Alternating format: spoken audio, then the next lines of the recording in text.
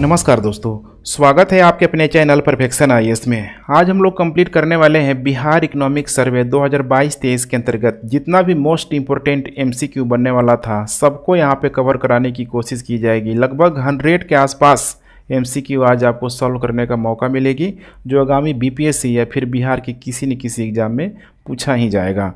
तो most important class होने वाली है, मेरे साथ आप लोग बने रहिए। बिहार आर्थिक सर्वेक्षण 2022-23 के अनुसार 2021-22 में सकल राज्य घरेलू उत्पाद की वृद्धि दर कितनी रही है। तभी हाल ही में बिहार इकोनॉमिक सर्वे का जो डेटा रिलीज किया गया है उसके अकॉर्डिंग पूछा जा रहा है कि 2021-22 में सकल राज्य घरेलू उत्पाद की वृद्धि दर कितनी रही है। इसका करेक्ट उत्तर हो जाएगा 10.98% रही है। वही हम लोग बात करें अगर 2021-22 का राष्ट्रीय वृद्धि दर का, तो यहाँ पे हो जाएगा 8.68% राष्ट्रीय वृद्धि दर। निम्नलिखित में से कौन सा एक बिहार की अर्थव्यवस्था के मामले में सही है। पूछ रहा है कि कौन मामले में सही है। बिहार का प्रति व्यक्ति सकल राज्य घरेलू उत्पाद वर्तमान मूल्य पर कितना दिया गया है, 54,383 रुपये है। बिल्कुल करेक्ट स्टेटमेंट है और ये डेटा भी आप लोगों को ध्यान में रखना है। 2011-12 के स्थिर मूल्य पर बिहार का प्रति व्यक्ति सकल राज्य घरेलू उत्पाद 34,465 रुपये था। तो बेस ईयर लिया गया है 2011-12 का, और कैसे मूल्य पे, स्थिर मूल्य पे। ठीक है, एक होता है यहाँ पे करेंट मूल्य, चालू मूल्य, एक होता है स्थिर मूल्य। स्थिर मूल्य पे आपको पता होना चाहिए कि इसमें प्रोडक्शन का, उत्पादन का किसी भी प्रकार का इम्पैक्ट नहीं पड़ता है, चाहे वो कम हो या अधिक हो। तो इसमें कितना था, 34,465 रुपये। बिल्कुल ही करेक्ट स्टेटमेंट है। उसके बाद है यहाँ पे द्वितीयक क्षेत्र में, चाहे हम लोग विद्युत हो गया, गैस हो गया, जलापूर्ति एवं अन्य जो भी यहाँ पे जनोपयोगी जो सेवा है, जैसे 2017-18 और 2021-22 के बीच देखा जाए तो लगभग 14.5% की उच्च दर से वृद्धि हुई है। तो बिल्कुल सही स्टेटमेंट है। देख पा रहे हैं ना, विद्युत, गैस हो गया, जलापूर्ति हो गया, जो भी जनोपयोगी सेवा है, इसकी डिमांड तो हर जगह बढ़ी ही बढ़ी है। बिल्कुल यहाँ पे करेक्ट स्टेटमेंट है। यहाँ थोड़ा मामला फंस सकता था कि कितना वृद्धि दर इस पे हुई है, तो 14.5% की वृद्धि दर हुई है। इस स्टेटमेंट को भी आप लोग ध्यान में रखेंगे। तीनों का तीनों करेक्ट स्टेटमेंट है। करेक्ट उत्तर हो जाएगा यहाँ पे डी। वर्ष 2021-22 का जो वित्तीय जो वर्ष था उसके बारे में पूछ रहा है कि निम्नलिखित में से क्या सही है। प्राथमिक क्षेत्र के हिस्से में गिरावट आई है, प्राइमरी सेक्टर है उसमें गिरावट आई है। ठीक है, तो बिल्कुल ही इसमें गिरावट आई है। बहुत ही नॉमिनल गिरावट आप कह सकते हैं, बहुत ही नाम मात्र का आप गिरावट इसमें आप कह सकते हैं। जैसे अगर हम लोग बात करें 2020-21 का, तो यहाँ पे जो था लगभग 21.4% के आसपास था। वहीं अगर हम लोग करेंट 2021-22 की बात करें तो ये हो गया 21.2। तो देख पा रहे हैं यहाँ पे लगभग 0.2 का ही % का गिरावट है। लेकिन गिरावट तो है ना, कितना भी है गिरावट तो है। बिल्कुल करेक्ट स्टेटमेंट है। द्वितीय क्षेत्र के हिस्से में बढ़ोतरी दर्ज की है। द्वितीय क्षेत्र के हिस्से में बढ़ोतरी दर्ज की गई है, लेकिन यहाँ पे बढ़ोतरी नहीं, यहाँ पे भी गिरावट दर्ज की गई है। जैसे कि 2020-21 का बात करें तो यहाँ पे था 19.3%, और वहीं 2021-22 की बात करें तो यहाँ पे हुआ है 18.1%। तो देख पा रहे हैं 1% से अधिक का यहाँ पे गिरावट है, इसीलिए बी स्टेटमेंट गलत हो जाएगा। तृतीय क्षेत्र का योगदान स्थिर बना हुआ है, यहाँ स्थिर नहीं है, यहाँ पे या तो गिरावट होगा या तो फिर बढ़ोतरी होगा। तो यहाँ पे देखेंगे स्थिर नहीं है, यहाँ पे थोड़ी बहुत बढ़ोतरी आपको देखने के लिए मिल जाएगी। और अगर हम लोग बात करें 2020-21 का, तो यहाँ पे जो था लगभग 59.3%। वही हम लोग बात करें 2021-22 का, तो यहाँ पे हो जाएगा 16.7%। तो देख पा रहे हैं यहाँ पे लगभग 1% से अधिक की बढ़ोतरी हुई है। सी भी गलत हो जाएगा। करेक्ट उत्तर हो जाएगा ए। हर एक ऑप्शन पे आपको ध्यान रखना है, चूँकि कहीं से भी अटैक किया जा सकता है एग्जाम के द्वारा। वर्ष 2020-21 के दौरान प्रति व्यक्ति सकल राज्य घरेलू उत्पाद के अनुसार समृद्धि जिले का क्रम के संदर्भ में कौन सा सही है। कौन सा जिला मैंने पूछ रहा है कि सबसे अधिक क्या है, समृद्ध हुआ है 2020-21 के दौरान बताना है प्रति व्यक्ति जो भी यहाँ पे कैपिटा है उसको ध्यान में रखते हुए। इसमें सबसे ज़्यादा है पटना में, ध्यान रखिएगा सबसे ज़्यादा है पटना में। पटना में कितना है, तो यहाँ पे प्रति व्यक्ति जो अर्न करता है साल भर में लगभग देखेंगे तो 1,15,239 रुपये। 1,15,000 239 रुपये। इस डेटा को भी ध्यान में रखेंगे। उसके बाद दूसरे नंबर पे आता है बेगूसराय। दूसरे नंबर पे आता है बेगूसराय। यहाँ पे प्रति व्यक्ति जो आय है देखेंगे तो 45,497 रुपये। और तीसरे नंबर पे आता है मुंगेर, 42,793 रुपये।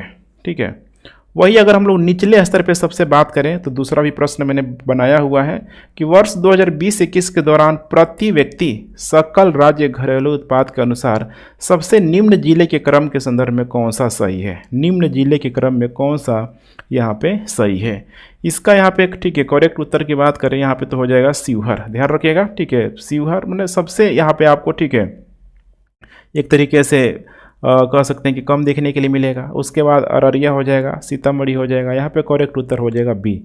डेटा पूछा जा सकता है कि शिवहर का जो व्यक्ति है ठीक है एक साल में कितना कमाता है, तो लगभग 18,692 रुपये। वहीं अररिया का हम लोग बात करें तो लगभग 19,527 रुपये। और सीतामढ़ी में हो जाएगा 20,631 रुपये। तो जो भी यहाँ पे मैं रुपए में ठीक है इंडिकेट कर रहा हूँ इसे भी ध्यान में रखेंगे। हो सकता है कि ठीक है अलग अलग बिहार के एग्जामों में पूछा जाए।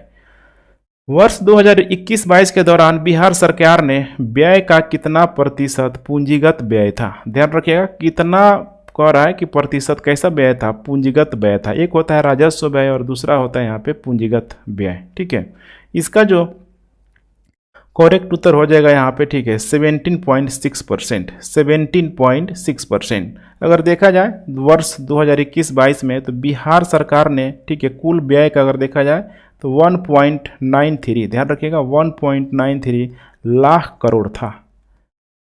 करोड़ था। जिसमें अगर देखा जाए तो इसको दो भागों में बांट सकते हैं। एक तो है यहाँ पे राजस्व व्यय। राजस्व व्यय के लिए सरकार के द्वारा यहाँ पे टोटल जो राशि रखा गया था 1.59 लाख रुपए, जो कि कितना परसेंट हो जाएगा 82.4%। वही अगर दूसरी तरफ देखा जाए पूंजीगत व्यय के लिए तो यहाँ पे था लगभग 0.34 करोड़। 0.34 करोड़, इसको परसेंट में निकालेंगे तो यहीं आ जाएगा 17.6%। अब ये भी डेटा पूछा जा सकता है, लेकिन पूछा है ये वाला प्रतिशत में ठीक है पूंजीगत व्यय को। वर्ष 2021-22 में बिहार सरकार का राजस्व घाटा कितना रहा। बिहार सरकार का राजस्व घाटा कितना रहा, तो ये रहा है ठीक है डायरेक्ट यहाँ पे आंसर हो जाएगा 422 करोड़ रुपए। 422 करोड़ रुपए। बिहार आर्थिक सर्वेक्षण 2022-23 के अनुसार 2017-18 से 2021-22 के गत 5 वर्षों के दौरान कृषि एवं सहवर्ती क्षेत्र की वृद्धि दर कितनी रही है। अभी देख पा रहे हैं ना, जो भी इकोनॉमिक सर्वे है पूरी की पूरी बातों को शामिल किया गया है, इसीलिए इकोनॉमिक सर्वे बहुत इंपॉर्टेंट हो जाता है। ध्यान रखिएगा, ठीक है। इकोनॉमिक सर्वे पूरा का पूरा लाइन यहाँ पे दिया हुआ है कि कितना यहाँ पे कृषि और सहवर्ती क्षेत्र की वृद्धि यहाँ पे रही है, कितना रही है, तो ये लगभग 5% के आसपास रही है। ध्यान रखिएगा 5% के आसपास यहाँ पे रही है। अगर 2000 हम लोग बात करें ठीक है 20 और 21 की ठीक है, तो सहवर्ती क्षेत्र का जो कंट्रीब्यूशन था लगभग 20% के आसपास था। लगभग 20% के आसपास था। अब 20% में ध्यान रखिएगा ठीक है, जो भी यहाँ पे क्षेत्र है, यहाँ पे चाहे हम लोग बात करें ठीक है, यहाँ पे सहवर्ती क्षेत्रों की कृषि भी है इसमें ठीक है, तो अलग अलग क्षेत्र है। जिसे इसमें था फसल का कंट्रीब्यूशन सबसे अधिक था। 20% में देखेंगे तो लगभग 11% ठीक है, 11.1% सिर्फ ठीक है फसलों का था। उसके बाद यहाँ पे पशुधन भी है, पशुधन का भी कंट्रीब्यूशन था 6.6%। इसके अलावा यहाँ पे हो जाएगा मत्स्य देख रहे बिहार में कितना अधिक इस पे जोर दिया जा रहा है ठीक है। और इसके अलावा यहाँ पे हो जाएगा जल कृषि दोनों को मिला के लगभग 1.8% के आसपास था ठीक है। तो टोटल इसमें कितना हो जाएगा 20% के यहाँ पे आसपास हो जाएगा। और इस प्रकार जो वृद्धि दर जो किया गया है कितना है यहाँ पे लगभग 5% के आसपास। वर्ष 2020-21 में बिहार का कुल फसल बुआई क्षेत्र कितना था। कुल फसल बुआई क्षेत्र कितना था, तो यहाँ पे जो था लगभग 15.5% के आसपास, 15.5% के आसपास था। ठीक, ध्यान रखिएगा शुद्ध बुआई की यहाँ पे बात की जा रही है ठीक है, शुद्ध बुआई की 2020 और 21 का, 2020 और 21 का। इसमें फसल सघनता भी पूछा जा सकता है, फसल जो सघनता थी यहाँ पे लगभग, ठीक है, फसल सघनता की बात करें तो 1.4 के आसपास, 1.4 के आसपास। इस दरमियान टोटल जो यहाँ पे अनाज हुआ बिहार में, टोटल जो अनाज है लगभग 181 लाख, ठीक है, टन, 181 लाख टन, ध्यान रखिएगा, ठीक है। नेक्स्ट, बिहार राज्य सरकार कृषि निवेश प्रोत्साहित नीति के व्यक्तिगत निवेशकों को कितने प्रतिशत की सब्सिडी दी जा रही है? यहाँ पे एक शब्द लगा हुआ है, व्यक्तिगत निवेशकों को कितने % यहाँ पे सब्सिडी दी जा रही है।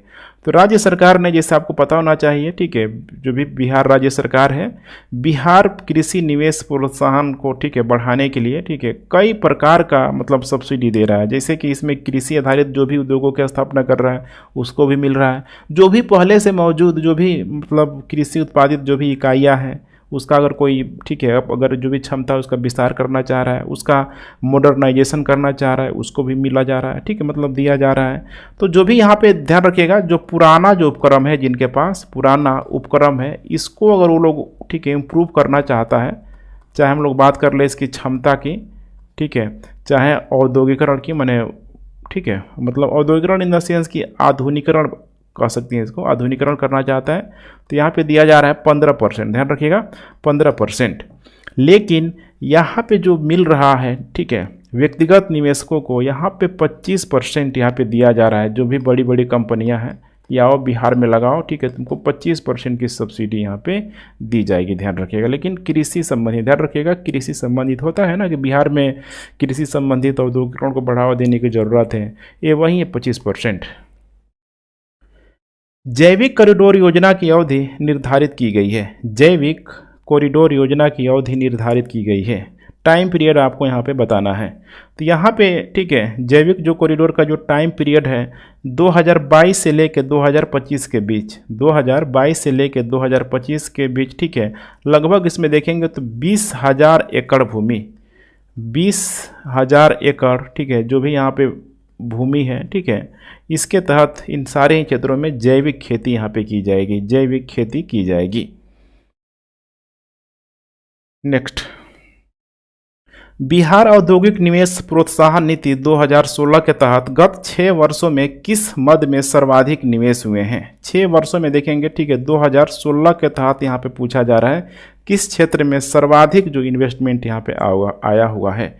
तो यहाँ पे खाद्य प्रसंस्करण क्षेत्र में सबसे अधिक आपको देखने के लिए मिलेगा, क्योंकि बिहार एक, ठीक है, कृषि प्रधान राज्य के रूप में ही मौजूद है, तो खाद्य प्रसंस्करण आपको क्षेत्र में देखने के लिए मिल जाएगा। टोटल अगर देखा जाए तो 1395.65 करोड़, ठीक है, इतना यहाँ पे निवेश हुआ है बिहार में। बिहार में श्रमिक जनसंख्या अनुपात देख रहे हैं ना, यहाँ पे वर्कर पॉपुलेशन रेशियो के संदर्भ में क्या सही नहीं है, पूछ रहा है क्या सही नहीं है।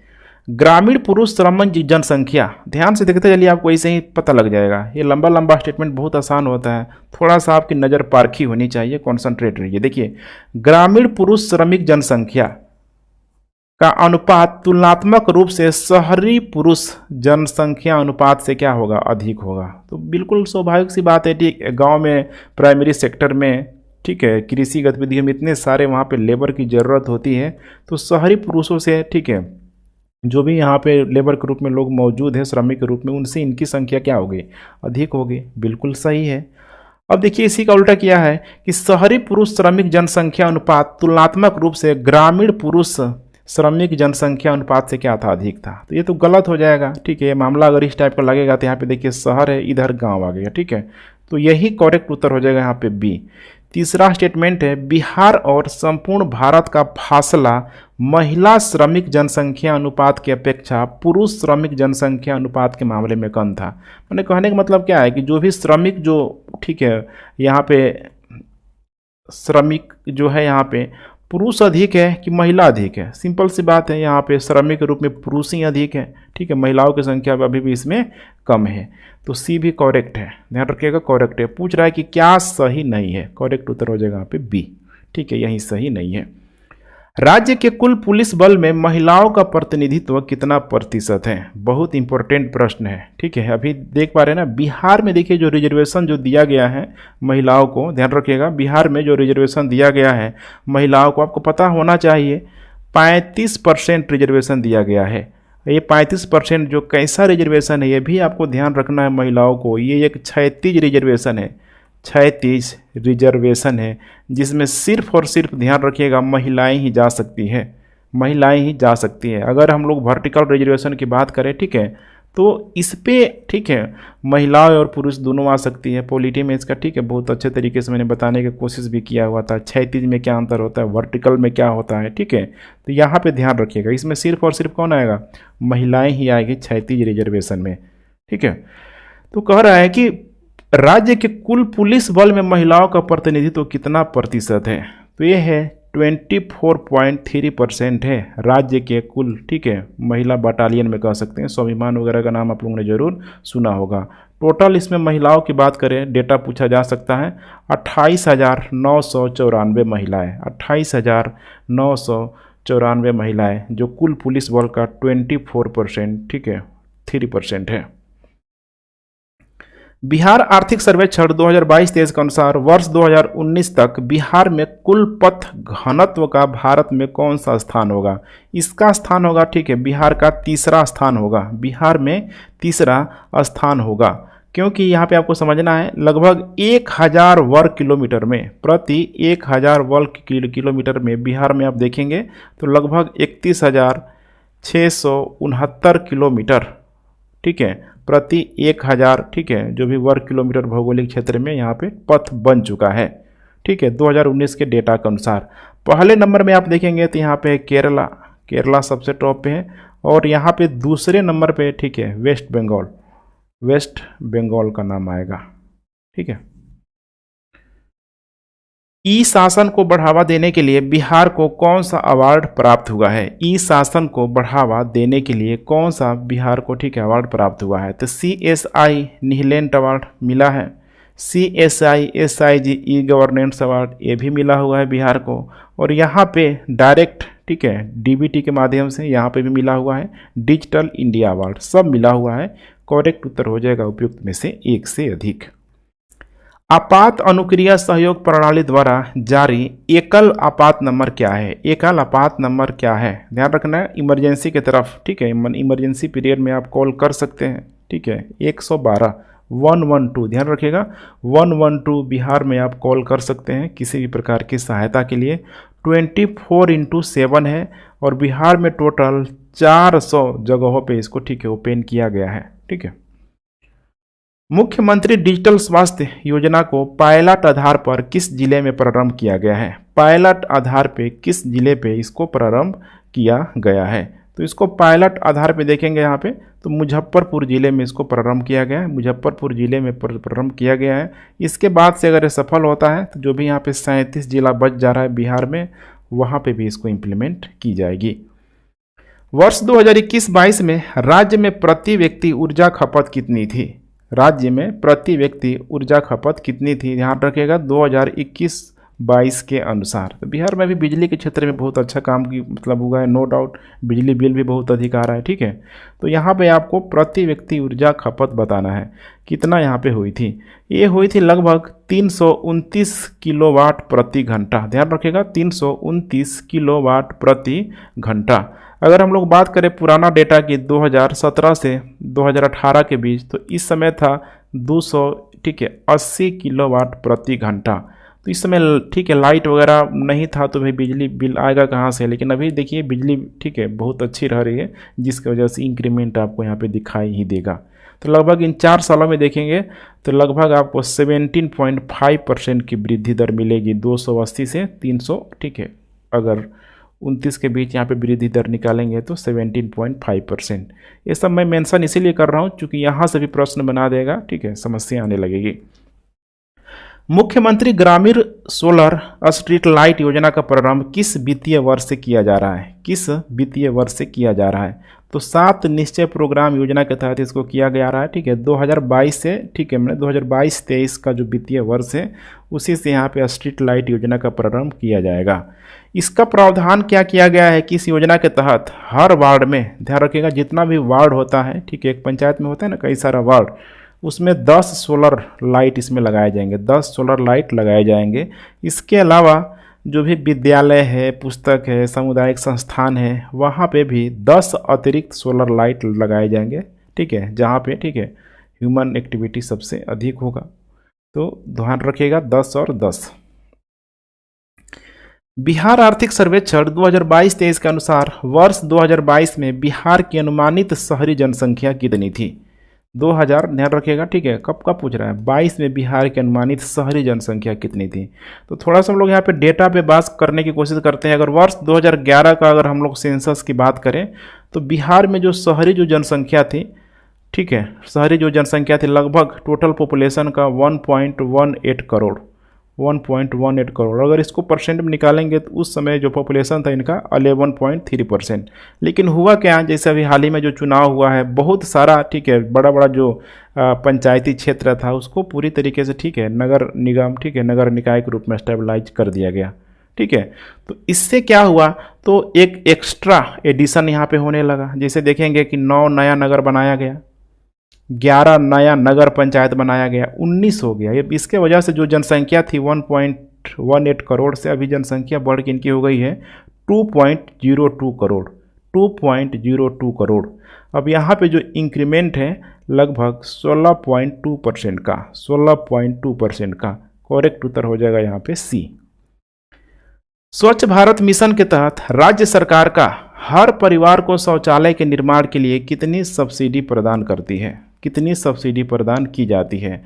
ये तो आप लोग भली भांति वाकिफ होंगे। 12,000 रुपये दिया जाता है, जिसमें राज्य सरकार का 8,000 रुपये का योगदान होता है, केंद्र सरकार का 4,000 रुपये का इसमें, ठीक है, योगदान होता है। ठीक है, तो 8,000 4,000 के रेशियो आपको ध्यान रखना है।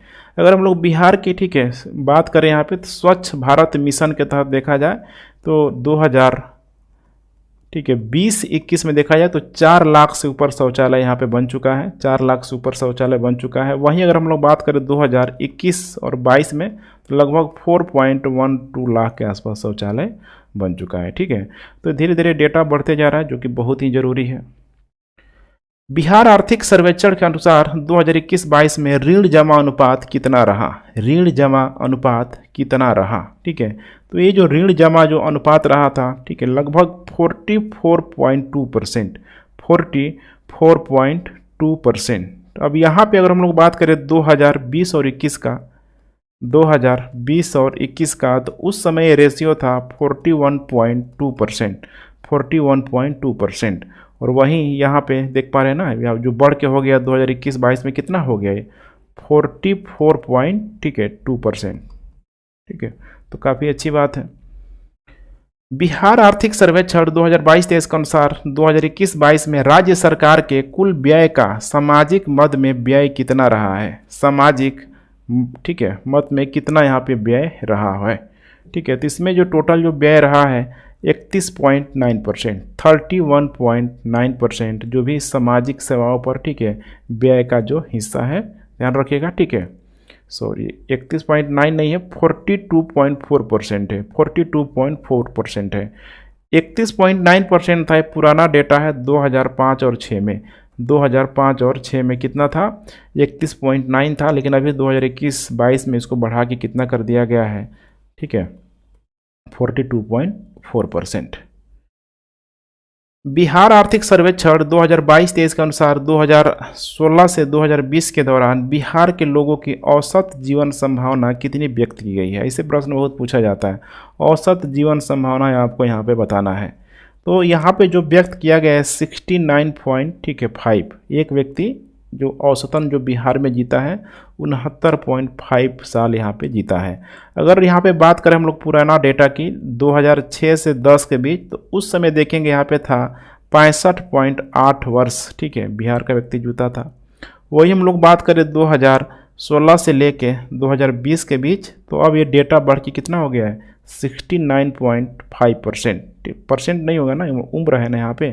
तो देख पा रहे हैं यहाँ पे जो जीवन प्रत्याशा में एक वृद्धि नज़र आ रही है, आपको जीवन प्रत्याशा में वृद्धि नज़र आ रही है। ठीक है, तो इसे भी आप लोग ध्यान में ज़रूर रखेंगे। ठीक है, पूरे अगर ओवरऑल भारत की बात करें तो भारत में एक जो व्यक्ति है कि अगर ठीक है जीवन प्रत्याशा निकाला जाए तो 70 साल है, 70 साल है। तो बिहार में अभी भी देख रहे हैं ना, अभी आधा साल कम हो रहा है। ठीक है, तो एक चिंता का विषय है, अभी बिहार को पूरे भारत से ऑन एन एवरेज अधिक होना चाहिए।